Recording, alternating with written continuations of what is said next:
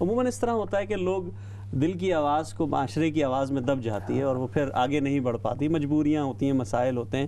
میں جان کے بارے میں آج بھی کسی سے بات کر رہا تھا تو میں نے کہا, جان نے کہا کہ میری زندگی رائے گاں گئی, لیکن اس کی شاعری وہ ہے جو اگلے کئی سو سال تک بالکل کہیں نہیں گئی, وہ وہیں کی وہیں رہی. اچھا, شاعری پہ بات ہوئی تو ہم نے دیکھا کہ آپ نے ماشاءاللہ جیسے تذکرہ بھی ہوا, گلزار کو بہت پڑھا, میر کو پڑھا, بہت سے شعراء, کبھی آپ نے زہرا آپا کا تذکرہ کیا, ان کو پڑھا. تو اگر ہم میر سے کچھ شروع کریں آپ سے سننا تو کیسا رہے گا, تاکہ میں چاہوں گا کہ ہمارے ناظرین بھی تھوڑا, کیونکہ مجھے تو آپ سے باتیں کر کے اتنا مزہ آ رہا ہے کہ پھر مجھے خیال آئے کہ لیکن ہمیں یہ بھی تھوڑا سا اگر ہو جائے تو. میر کا ایک کلام ہے, میر کے 3 اشعار میں آپ کی نظر کرتا ہوں. جی. بلکہ اس سے پہلے کہ میں آپ کو وہ سناؤں, اس کی چھوٹی سی کہانی ہے. جی. میرے 2 بیٹے ہیں, ان میں سے جو بڑا صاحبزادہ ہے ابراہیم نام ہے اس کا. ابراہیم تقریباً ابھی 9 برس کے ہونے والے ہیں. اچھا, ماشاءاللہ. تو جو ابھی میں آپ کو پڑھ کر سناؤں گا ترنم میں, اس کا ترنم جو ہے وہ ابراہیم نے باندھا. کیا بات ہے, کیا بات ہے. تو پہلے مصرے کا ترنم انہوں نے باندھا اور پھر اس کے بعد ہم نے اس کے اوپر کچھ جڑت کی. اور میر کہتے ہیں کہ کوفت سے جان لب پہ آئی ہے, کوفت سے جان لب پہ آئی ہے, ہم نے کیا چوٹ دل پہ کھائی ہے, ہم نے کیا چوٹ دل پہ کھائی ہے, دیدنی ہے شکستگی دل کی, دیدنی ہے شکستگی دل کی, کیا عمارت غموں نے ڈھائی ہے, مرگ مجنوں سے عقل گم ہے میر, مرگ مجنوں سے عقل گم ہے میر, کیا دیوانے نے موت پائی ہے, کوفت سے جان لب پہ آئی ہے. کیا بات ہے, بہت خوب, بہت خوب. اچھا, پڑھت تو ہے ہی ماشاءاللہ کمال, ترنم سے بھی جو آپ کی چیز ہے یہ تو بڑی منفرد تھی, اور دھن جیسے کہا بچے نے بنائی. اچھا, ہم اس طرف آتے ہیں کہ والد صاحب نے آپ کو ایک جو ہے ورثہ دیا, پھر وہ ماشاءاللہ آگے بھی جا رہا ہے, تو بچوں کا رجحان اردو کی طرف ویسے ہی ہے جیسے آپ کا تھا؟ بالکل ہے.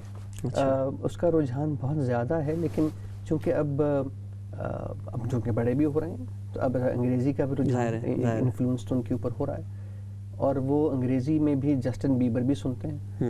لیکن ہم نے اچھے دور میں اس کو اقبال بانو بھی سنا دیا, پٹھان خان بھی سنا دیا, خان صاحب سنا دیے, غلام علی سنایا, تو اس کے کانوں میں وہ فیملیئر ہے ان چیزوں سے, اور شوق بہت ہے اس کو.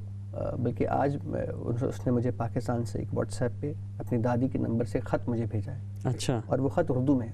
کیا بات ہے. آپ میری زندگی کا ایک اہم حصہ ہیں بابا. ماشاءاللہ, ماشاءاللہ, آپ کی تو ماشاءاللہ پوری کام پورا ہو گیا. مطلب میں آ چکا پیش وہ مروت سے والی بات جو جان نے کہی تھی, دوسرے انداز سے, واہ کیا بات ہے. تو یہ مجھے بڑی تسلی ہوتی ہے اس چیز کی کہ میں اولاد کو ہم کیا دے سکتے ہیں, ایک اچھی تعلیم اور اچھی ویلیوز. اور میری ہمیشہ سے کوشش ہے, بلکہ میں آپ کو ایک اور قصہ بھی سناتے تو لگے ہاتھوں. جب میرا دوسرا بیٹا پیدا ہوا موسیٰ, تو میرے ابا نے موسیٰ کے کان میں اذان دی. جی. میں نے دوسرے کان میں گلزار کی نظم پڑھ دی. اچھا. تو میرے چچا نے پوچھا کہ بھائی طبیعت ٹھیک ہے, یہ کہاں کا طریقہ ہے؟ میں نے کہا اذان تو اس کو سمجھ نہیں آئی, یہ بھی سمجھ نہیں آئی, لیکن یہ ہم نے اس لیے پڑھتے ہیں کہ جب وہ کبھی بڑا ہوگا اور جب وہ سنے گا تو اس کا دل کھنچے گا. تو میں چاہتا ہوں کہ اس کا دل جو ہے وہ اردو کی طرف کھنچے. کیا بات ہے.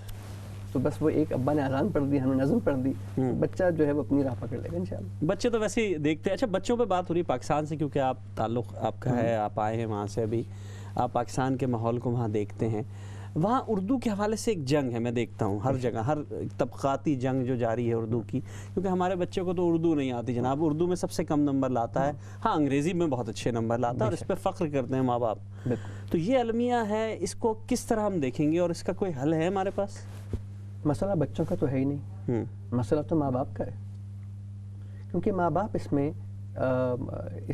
بہت توہین سمجھتے ہیں کہ بچہ جب اردو میں بات کرتا ہے، اور یہ ٹریننگ جو ہے یہ اس کو ماں باپ کی طرف سے ملتی ہے کہ انگلش میں بات کرو۔ اسکول میں جاتا ہے تو اسکول والے بھی کہتے ہیں کہ انگلش میں کہو گے تو بات سنیں گے، may I come in please English میں ہوگا تو پہ آنے دیں گے۔ تو ہم نے زبان کو کلاسز میں ڈیوائڈ کر دیا کہ جی اگر وہ پنجابی ہے تو اس کا مطلب ہے کہ وہ بہت لوور مڈل کلاس ہے، اردو ہے تو مڈل کلاس ہے، انگریزی ہے تو ایلیٹ ہے، اور یہاں سے ہم نے طبقاتی جنگ ہماری شروع ہو گئی۔ کیا یہ ٹھیک ہو سکتا ہے؟ بالکل ہو سکتا ہے، ہر چیز ٹھیک ہو سکتی ہے اگر ہم اس کو ٹھیک کرنا چاہیں۔ جس دن ہمیں اپنی زبان پر مان ہوگا، جس دن ہم یہ سمجھیں گے کہ ہاں ہماری اپنی مادری زبان جو ہے وہ کتنی اہم ہے، تو سب کچھ ٹھیک ہو جائے گا۔ ہم یہاں پہ ہمارے بہت سارے دوست ہیں، ان کا تعلق مہاراشٹر سے، وہ مراٹھی میں بات کرتے ہیں، ہمارے بہت سارے پٹھان دوست ہیں، وہ پشتو میں بات کرتے ہیں، کیونکہ ان کو اپنی زبان پر پورا عبور بھی ہے، بالکل، اور وہ اس محبت کرتے ہیں۔ ہم نے تو کما چلا ہنس کی چال، اپنی بھی بھول گیا۔ صحیح بات ہے، بالکل صحیح۔ اچھا، آج ویسے بھی بہت بڑا دن ہے، آج 25 فروری کا دن، جس دن اردو کو پاکستان کی قومی زبان کا درجہ دیا گیا۔ تو قومی زبان دیکھیں، مادری زبانیں تو بالکل ہیں، اس کو تو کوئی اس سے کر سکتا ہے۔ میں نے ایک اور، میرا ایک ماننا یہ ہے کہ اب آج کے دور میں پاکستانیوں کی مادری زبان اردو ہے، میرا اپنا ماننا یہ ہے، ہو سکتا ہے اس سے لوگ اختلاف کریں، کیونکہ کون سا ایسا خطہ ہے پاکستان کا جہاں اردو سمجھی نہیں جاتی یا بولی نہیں جاتی، یا کون سے ایسے بڑے بڑے شہر ہیں جہاں کے والدین بھی پچھلی 2 نسلوں سے یا 3 نسلوں سے صرف اردو میں ہی بات کر رہے ہیں۔ تو ہم اس کو کس طرح، اور اس کے بارے میں، کیونکہ اب میں ایک اور جو آپ سے سوال اٹھاؤں گا، شاید وہ بہت آپ کو لگے کہ یار یہ کیا کہہ رہے ہیں، لیکن میں نے اب اردو لکھت میں تو ختم ہوتے دیکھ رہا ہوں، وہ رومن میں چل رہی ہے، تو یہ کس طرف جا رہے ہیں؟ میں اس لیے پوچھ رہا ہوں کہ آپ درد رکھتے ہیں تو آپ کے پاس اس کا کوئی نہ کوئی جواب بھی ہوگا اور حل بھی ہوگا۔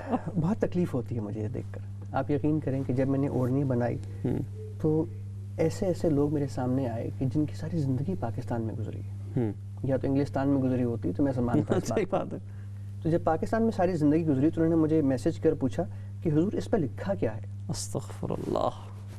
تو میں نے کہا حضور اس پہ اردو لکھی ہے۔ تو انہوں نے کہا کہ اچھا کیا یہ آپ ہمیں بتا سکتے ہیں انگلش میں لکھے کہ کون کون سے نام لکھے؟ میں نے کہا حضور آپ اس طرح کریں کہ یہ آپ کے لیے ہے ہی نہیں، یہ آپ کے کام کی چیز نہیں ہے۔ تو وہ اختلاج قلب ہوتا ہے، لیکن یہ کیسے ٹھیک ہوگا؟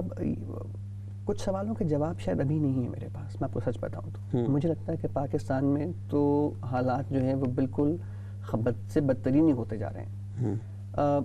لکھنے کا رجحان نہیں رہا ہمارے اندر، ہم تو اب آپ کی بات بالکل ٹھیک ہے کہ ہم اردو بھی رومن اس کے اندر لکھ رہے ہوتے ہیں۔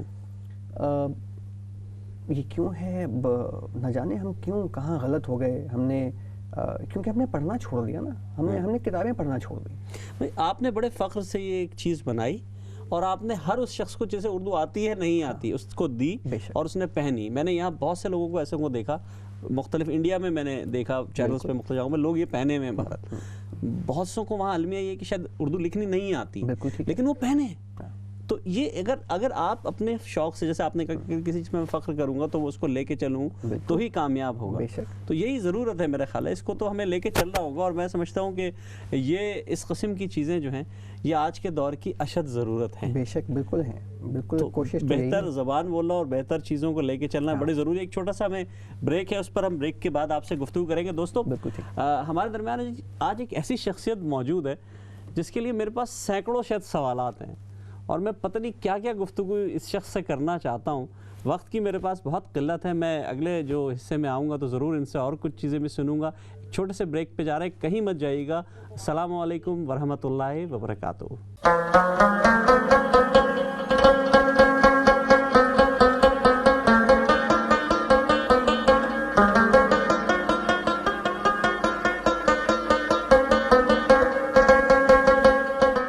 بہت بہت شکریہ ناظرین، وقفے کے بعد ہمیں دوبارہ جوائن کرنے کا۔ ہمارے درمیان تیمور رحمان صاحب موجود ہیں۔ تیمور بھائی، آپ سے گفتگو چل رہی ہے بہت سے حساس موضوعات پہ بھی ہم بات کر رہے ہیں اور کریں گے انشاءاللہ، لیکن ایک بہت اچھا جو موضوع ہے وہ اس پر ضرور ہم بات کرنا چاہیں گے، اور وہ ہے آپ کا جو سوشل میڈیا کا آپ نے جو پلیٹ فارم دیا قاصد کے نام سے. تو ذرا قاصد کے بارے میں بتائیے کہ قاصد کے آتے آتے خط ایک اور لکھ رکھوں، وہ کیا تھا قاصد؟ قاصد ایسے بنا جی کہ جب پڑھت شروع کی تو لوگوں تک پہنچنا جو تھا وہ ایک مسئلہ ہو رہا تھا میرے لیے کہ لوگوں کو کیسے بتایا جائے کہ ہم یہ کام کرتے ہیں. اور اسلام آباد میں تقریباً یہ بات ہے 2010 کی. اچھا. تو اس وقت لوگ بھی نہیں تھے کچھ پڑھنے والے. میں اور میرے ایک دوست جن کا نام تاجدار زیدی ہے وہ پڑھتے تھے، اور کراچی میں کچھ لوگ تھے. تو تاجدار جو ہے وہ ایک انہوں نے اپنے پلیٹ فارم کو بنایا جس کا نام ہے قصہ خاں.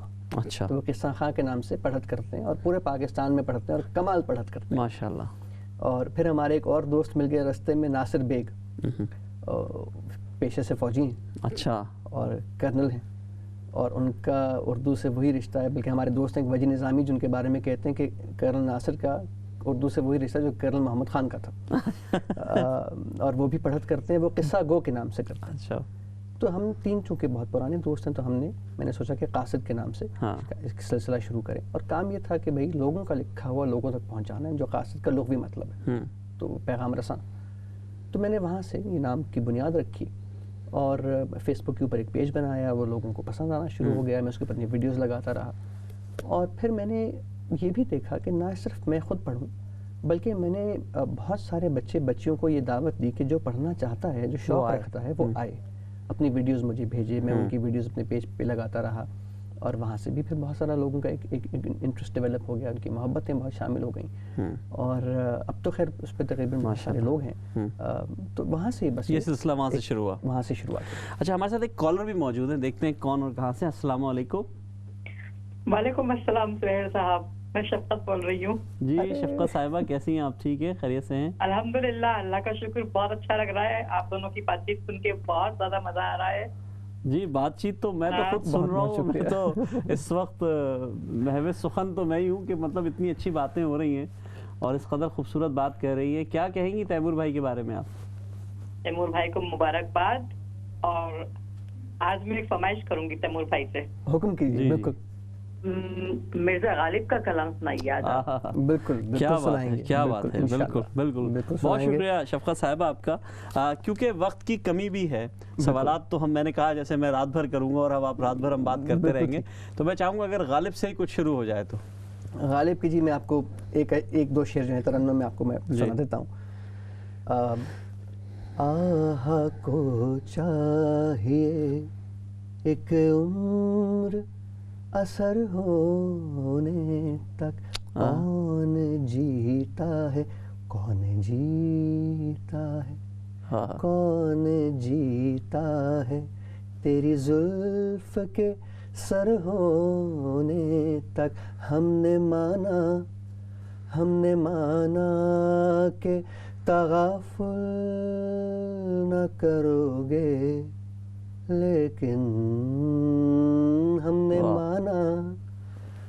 مانا کہ تغافل نہ کرو گے، لیکن خاک ہو جائیں گے ہم تم کو خبر ہونے تک. واہ واہ واہ واہ واہ، کیا کہنے. اچھا، گلزار کی طرف اگر ہم آتے ہیں کہ گلزار کا آپ نے تذکرہ بھی کیا کہ آپ کو ان سے اتنی عقیدت ہے کہ بچے کے حوالے سے جو پوری آپ نے بات بتائی. گلزار کی غزلیات تو ہیں، ٹھیک ہے، بہت ہیں، بہت اچھی ہیں، لیکن جو نظم میں ان کا کام ہے وہ کمال ہے. یعنی کہ نظم جس کا اصل مسئلہ مقصد یہ ہے کہ اس کے اندر ایک مضمون ہو، اور ابتدا ہو، انتہا ہو، کلائمیکس ہو، اور پھر ایک پوری کہانی اس کے اندر ختم ہو. تو نظم آپ نے گلزار کی پڑھی، نظم پڑھی یا کیا غزلیں پڑھی، کیا کیا؟ نظم پڑھی. اور گلزار سے تو میری اتنی وہ میری روحانی استاد ہیں. میں نے بہت محبت کی ہے اور ابھی بھی کرتے ہیں. مجھے یاد ہے کہ میں ناصر بیگ اور وجی نظامی جو ستار نواز ہیں پاکستان میں، اور سینیا تانسین کے گھرانے کی 18ویں پیڑھی ہیں وہ. اچھا. تو ہم تینوں دینا کے پلیٹ فارم پہ چلے گئے، ریلوے اسٹیشن دینا، چونکہ گلزار صاحب کی جائے پیدائش ہے. تو ہم نے وہاں پہ کوئی ٹریبیوٹ دیا. وہ ٹریبیوٹ واللہ عالم کیسے فیس بک سے نکلا ان تک پہنچ اور گیا، گلزار صاحب تک پہنچ گیا.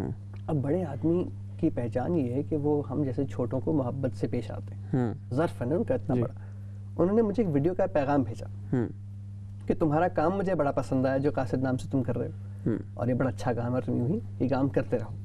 اس میں تو اور پھر مجھے جان پڑ گئی میرے اندر. تو گلزار صاحب کا تو وہ مقام ہے میری زندگی میں کہ میں نے اگر کسی کو ان کا لکھا ہوا تو خیر وہ بالکل دل پہ بس چھپ جاتا ہے. جس طرح ان کی ایک نظم ہے جو کہ اردو زبان کے حوالے سے ہے, پلیز اگر آپ سنانا چاہیں تو پلیز بالکل جلدی. وہ ہے کہ یہ کیسا عشق ہے اردو زبان کا, واہ, یہ کیسا عشق ہے اردو زبان کا کہ مزہ گھلتا ہے لفظوں کا زباں پر کہ جیسے پان میں مہنگا قمام گھلتا ہے. نشہ آتا ہے اردو بولنے میں, گلوری کی طرح سب اصطلاحیں لطف دیتی ہیں. حلق چھوتی ہے اردو تو حلق سے جیسے مے کا گھونٹ اترتا ہے. بڑی ایرسٹوکریسی ہے اس زبان میں, فقیری میں نوابی کا مزہ دیتی ہے. واہ, اگرچہ معنی کم ہوتے ہیں اور الفاظ کی افراد ہوتی ہے, مگر پھر بھی بلند آواز پڑھیے تو بہت معتبر لگتی ہیں باتیں. کہیں کچھ دور سے اگر کانوں میں پڑتی ہے اردو تو لگتا ہے کہ دن جاڑوں کے ہیں, کھڑکی کھلی ہے اور دھوپ اندر آ رہی ہے. عجب ہے یہ زبان اردو. کبھی کوئی مسافر شعر پڑھ دے میر غالب کا, وہ چاہے اجنبی ہو یہی لگتا ہے وہ میرے وطن کا ہے. اور کیا کسی سے شائستہ لہجے میں اردو سن کر نہیں لگتا کہ ایک تہذیب کی آواز ہے اردو. کیا بات ہے. یہ کیسا عشق ہے اردو زبان کا کہ مزہ کھلتا ہے. کیا بات ہے. واہ واہ واہ. ایک تو انہوں نے لکھا بہت خوب ہے اور آپ نے پڑھا بہت خوب ہے, تو بہت ہی مزہ آیا. اور اردو کے بارے میں تو آج ویسے بھی ہم نے جیسے کہا کہ پاکستان کے حوالے سے تو اردو کا بہت بڑا دن ہے, تو اچھا لگ رہا ہے. اور بڑی خوش نصیبی ہے میری ناظرین, میں سمجھتا ہوں کہ آج واقعی میری خوش نصیبی ہے کہ ایک ایسی شخصیت موجود ہے جس سے دل کی بات ہو رہی ہے. ویسے بھی آج کا دن ایسا ہے کہ موڈ بھی ہے کہ کچھ دل کی باتیں کی جائے. بہت دنوں سے دل کی باتیں ہوئی نہیں ہیں اور بھائی موجود ہیں تو ان سے بات ہو رہی ہے. اچھا, آپ نے یہ تو ٹھیک ہے, ہم نے دیکھا کہ اس طرف ہم جا رہے ہیں رجحان. بہرحال بائی پروفیشن تو آپ ظاہر ہے بزنس ایڈمنسٹریشن کے اور صحافت اور مختلف ان چیزوں سے جڑے ہوئے ہیں, لیکن کہیں نہ کہیں ان چیزوں میں بھی اردو کی ہی وہی رمق مجھے نظر آ رہی ہے کہ اردو کے حوالے سے کہیں نہ کہیں جڑے ہوئے ہیں, یا کچھ اور وجہ ہے؟ تھوڑا سا ذرا اس پہ بھی روشنی ڈالیے گا. جہاں میں کام کرتا ہوں وہاں پر بھی میں ایک انگلستان میں ایک نیوز ایجنسی ہے جس کے ساتھ میں ہوں, اور وہاں پر جو میں کام دیکھتا ہوں وہ سارا اردو کا جو بھی کانٹینٹ ہے وہ دیکھتا ہوں. کیا بات ہے. تو جب مجھے یہ جاب نوکری کی آفر آئی تو اب یقین کریں کہ میں اتنا خوش ہوا کہ مجھے لگا کہ یار نشہ تو میں اردو کا کرتا ہی تھا, اب تو دفتر میں بھی نشہ ہوگا.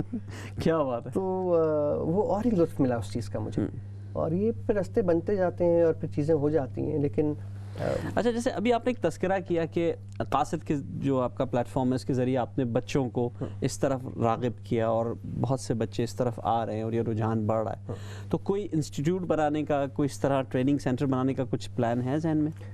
میں آپ کو سچ بتاؤں تو فی الحال تو نہیں. اچھا.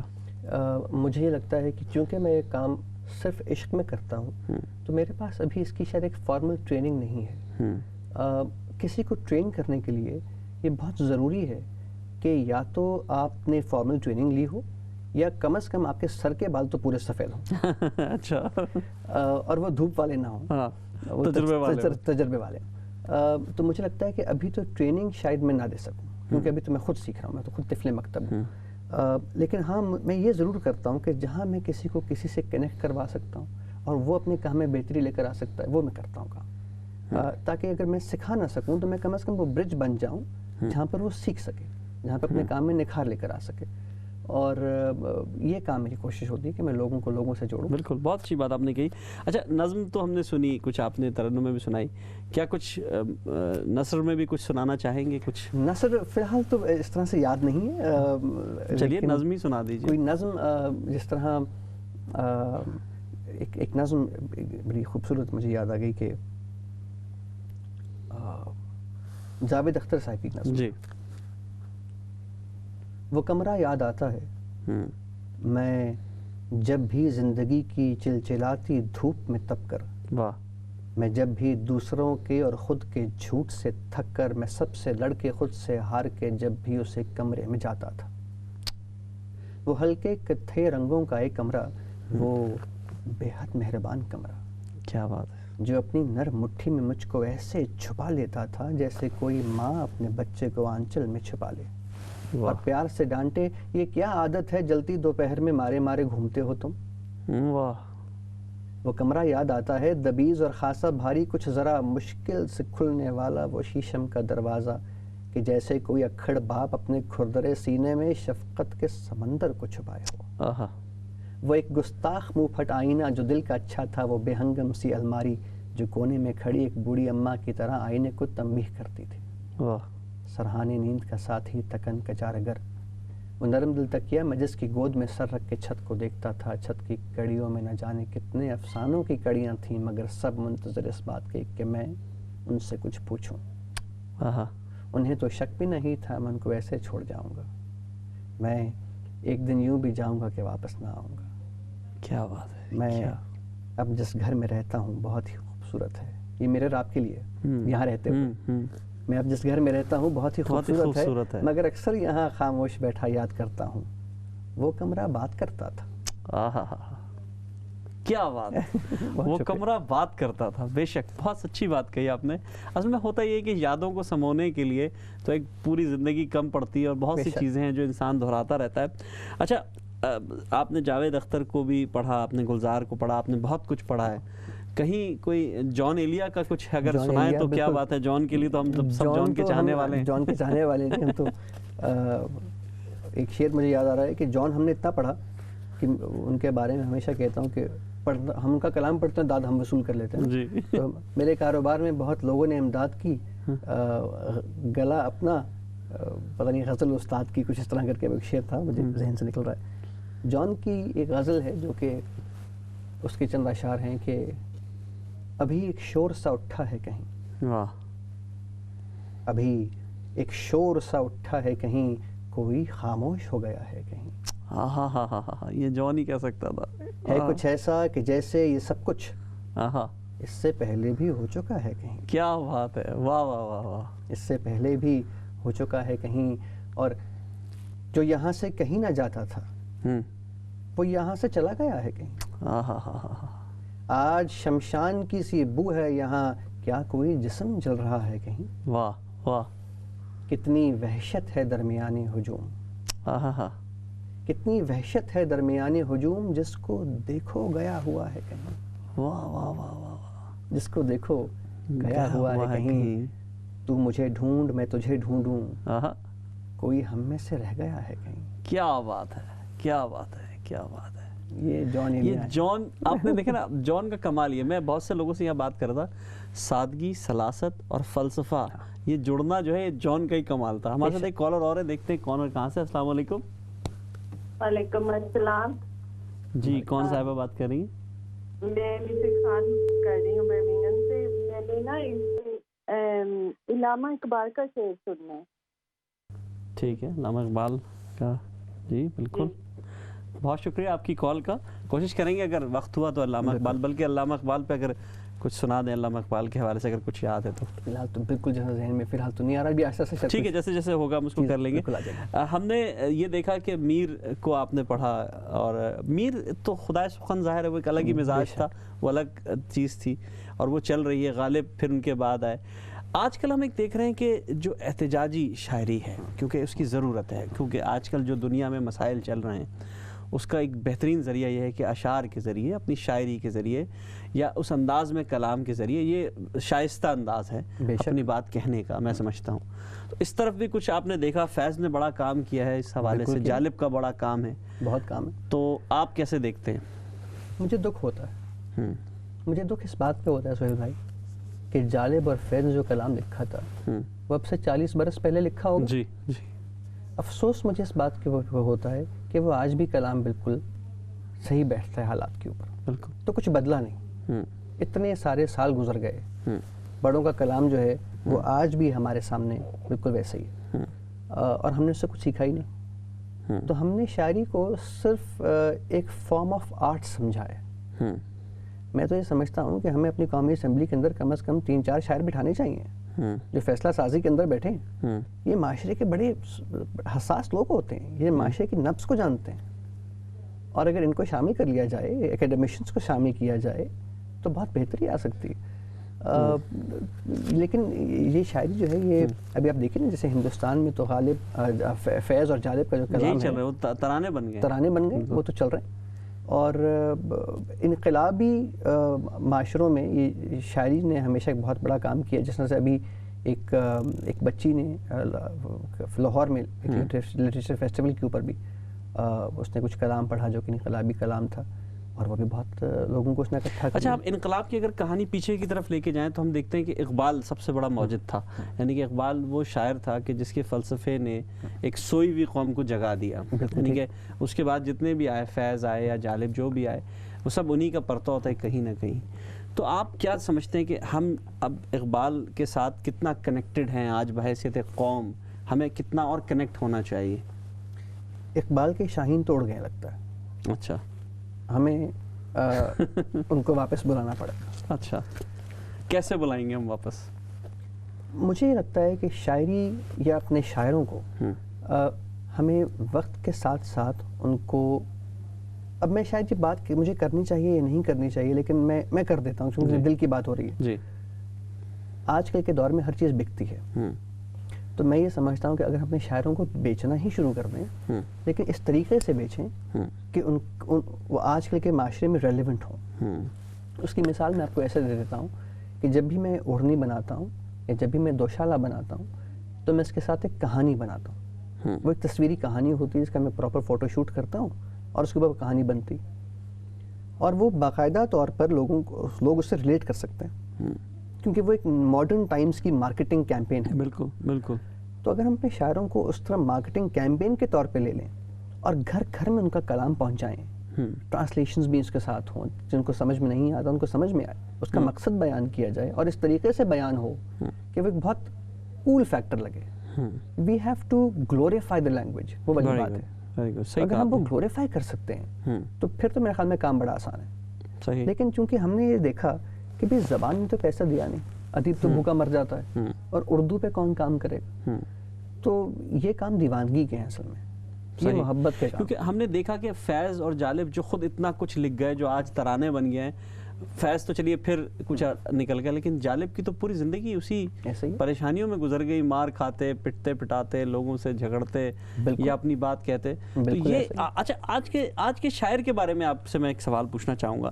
آپ کیا سمجھتے ہیں شاعر، مطلب ظاہر ہے میں نے جیسے شروع میں سوال کیا کہ اندر کی آواز کو دبانا نہیں چاہیے، لیکن ہر بات سنانی بھی تو نہیں چاہیے. یہ بھی بڑا مسئلہ ہے کہ جو کچھ آ رہا ہے میں دوسروں کو پکڑوں اور سنا دوں.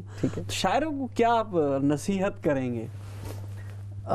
دیکھیں میں خیر بہت چھوٹا آدمی ہوں، لیکن نہیں، آپ کا مشورہ تو ہوگا نا، پر ہم چاہیں گے کہ ہمارے نئے لکھنے والوں کو خاص کر ایک مشورہ تو ملے آپ کا. میری ایک اوپینین ہے، اور وہ یہ ہے کہ آج کل جو ہم دیکھتے ہیں کہ بہت سارے اچھے لڑکے بھی ہیں جو کہ بہت کمال شاعری کر رہے ہیں. ہمارے بہترین دوستوں میں کچھ نام شامل ہیں. رحمان فارس بہت پیارے دوست ہیں ہمارے، خوبصورت شاعر ہیں. علی زریون بڑا اچھا شاعر، بہت پیارا شاعر، تہذیب حافظ کمال کا اچھا لکھ رہا ہے. یہ تمام وہ لوگ ہیں جو کہ لکھتے. تہذیب حافظ کی شاعری سے مجھے کسی حد تک اختلاف بھی ہے، لیکن کچھ اشعار اس کے اچھے بھی ہیں، اس میں کوئی شک نہیں. رحمان تو خیر بہت ہی شاندار، اس میں تو کوئی شک نہیں ہے. رحمان فارس کوئی شک نہیں ہے. اور مجھے لگتا ہے کہ اختلاف معاشرے کا حسن ہے. حسن ہے، بالکل. اختلاف اگر کرتے ہیں تو کرنا چاہیے، لیکن اختلاف کے بھی آداب ہیں. آداب ہیں. اچھا، ہمارے ساتھ ایک کالر بھی ہے، ان کو لے لیتے ہیں تاکہ پھر گفتگو کا سلسلہ بڑھائیں گے. السلام علیکم. وعلیکم السلام رحمۃ اللہ وبرکاتہ. جی، کون صاحب؟ آپ تو مجھے اپنے ینگسٹرز ایج میں لے گئے بمبئی. اچھا، چلیے ہم اسی بہانے لوگوں کو لے گئے ساتھ میں. ہاں، 20 سال تک جب تک کہ میری شادی نہیں ہوئی تھی ایسے شاعروں سے ملی ہوں. جب میرا اے لیول کا ایگزام تھا تو انڈو پاک کا مشاعرہ تھا، ان کی شاعری سنتے مجھے شعر یاد آ گیا. جگر تھے، جگر مراد آبادی، جوش ملم اور ساحر، اور یہ بھی تھے شکیل بداوینی. اب ان کی کوئی کچھ بحث ہو گئی تھی، تو جب ان کے سامنے شمع آئی ہے جوش صاحب کہنے لگے اب جگر تھامتے بیٹھو میری بالی آئی. واہ، جی بالکل بالکل بالکل جی بہت شکریہ آپ کی کال کا. اچھا بہت اچھی بات یہ ہوئی کہ محترمہ کی کال نے مجھے جگر یاد دلا کے. اب جگر مراد آبادی تو ہم ضرور سنیں گے جناب. بالکل جگر کے 3 اشعار ہیں جی, اور یہ اشعار جو ہیں یہ آپ کو کہیں اور لے جاتے ہیں, کہ منظر کچھ اور ہے. واہ. روز محشر کی بات ہے. جگر کہتے ہیں کہ ہمیں معلوم ہے ہم سے سنو محشر میں کیا ہوگا. ہمیں معلوم ہے ہم سے سنو محشر میں کیا ہوگا. سب اس کو دیکھتے ہوں گے وہ ہم کو دیکھتا ہوگا. واہ. جہنم ہو کہ جنت جو بھی ہوگا فیصلہ ہوگا.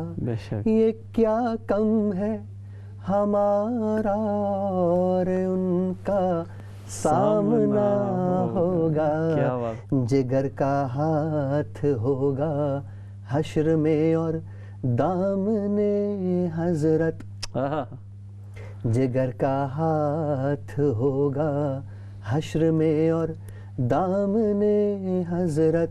شکایت ہو کہ شکوہ جو بھی ہوگا برملا ہوگا. کیا بات ہے. واہ. شکایت ہو کہ شکوہ جو بھی ہوگا برملا ہوگا. واہ کیا بات ہے, بہت خوب. اچھا وقت میرے پاس کیونکہ تھوڑا سا رہ گیا ہے, سوالات بھی ہو رہے تھے, چیزیں چل رہی ہیں. میں چاہوں گا آخر میں کچھ اور اپنی پسند کی کوئی چیز جو آپ سنانا چاہیں وہ ضرور, اگر نظم ہے یا کوئی غزل ہے تو مجھے ضرور, میں چاہوں گا میرے ناظرین تک پہنچے کوئی چیز. میں نے ہر چیز پڑھ دی لیکن خواتین شاعروں کو کچھ نہیں پڑھا میں نے شاید ابھی تک. ضرور ضرور. بڑی پروین شاکر کی ایک نظم ہے. کیا اپنے بستر پہ بہت دیر سے میں نیم دراز سوچتی تھی کہ وہ اس وقت کہاں پر ہوگا. میں یہاں ہوں مگر اس کوچے رنگ بو میں روز کی طرح سے وہ آج بھی آیا ہوگا. کیا بات ہے. اور جب اس نے وہاں مجھ کو نہ پایا ہوگا. آپ کو علم ہے وہ آج نہیں آئی ہے. میری ہر دوست سے اس نے یہی پوچھا ہوگا کیوں نہیں آئی وہ, کیا بات ہوئی ہے آخر. خود سے اس بات پہ 100 بار وہ الجھا ہوگا. وہ نہیں ہے تو بلندی کا سفر کتنا کٹھن سیڑھیاں چڑھتے ہوئے اس نے یہ سوچا ہوگا. راہداری میں ہر اعلان میں پھولوں کے قریب اس نے ہر سمت مجھے آ کے ڈھونڈا ہوگا. نام بھولے سے جو میرا کہیں آیا ہوگا غیر محسوس طریقے سے وہ چونکا ہوگا. یہ جو لڑکی نئی آئی ہے کہیں وہ تو نہیں. اس نے ہر چہرہ یہی سوچ کے دیکھا ہوگا. یاد کر کے مجھے نم ہو گئی ہوں گی پلکیں, آنکھ میں پڑ گیا کچھ یہ کہہ کے ٹالا ہوگا. اتفاقاً اس شام مجھے میری ایک دوست ملی. میں نے پوچھا کہ سنو وہ آئے تھے, وہ کیسے تھے, مجھے ڈھونڈا تھا چاروں جانب. اس نے ایک لمحے کو مجھے دیکھا اور پھر ہنس دی. اس ہنسی میں تو وہ تلخی تھی کہ اس سے آگے اس نے کیا کہا مجھے یاد نہیں ہے, لیکن اتنا معلوم ہے میرے خوابوں کا بھرم ٹوٹ گیا. واہ واہ. تیمور بھائی بہت بہت شکریہ آپ کی آمد کا, بہت بہت شکریہ آپ کی آمد کا. دوستو ہمارے درمیان تیمور رحمان موجود تھے. اگلے ہفتے پھر آپ سے ملاقات ہوگی. اپنا بہت خیال رکھیے گا اور 14 مارچ کے اس مشاعرے میں ضرور تشریف لائیے گا جہاں رحمان فارس بھی ہیں, عمران پرتاپ گڑھی بھی ہیں, وسیع شاہ بھی ہیں اور عاطف تیمور بھی ہیں. بہت شکریہ.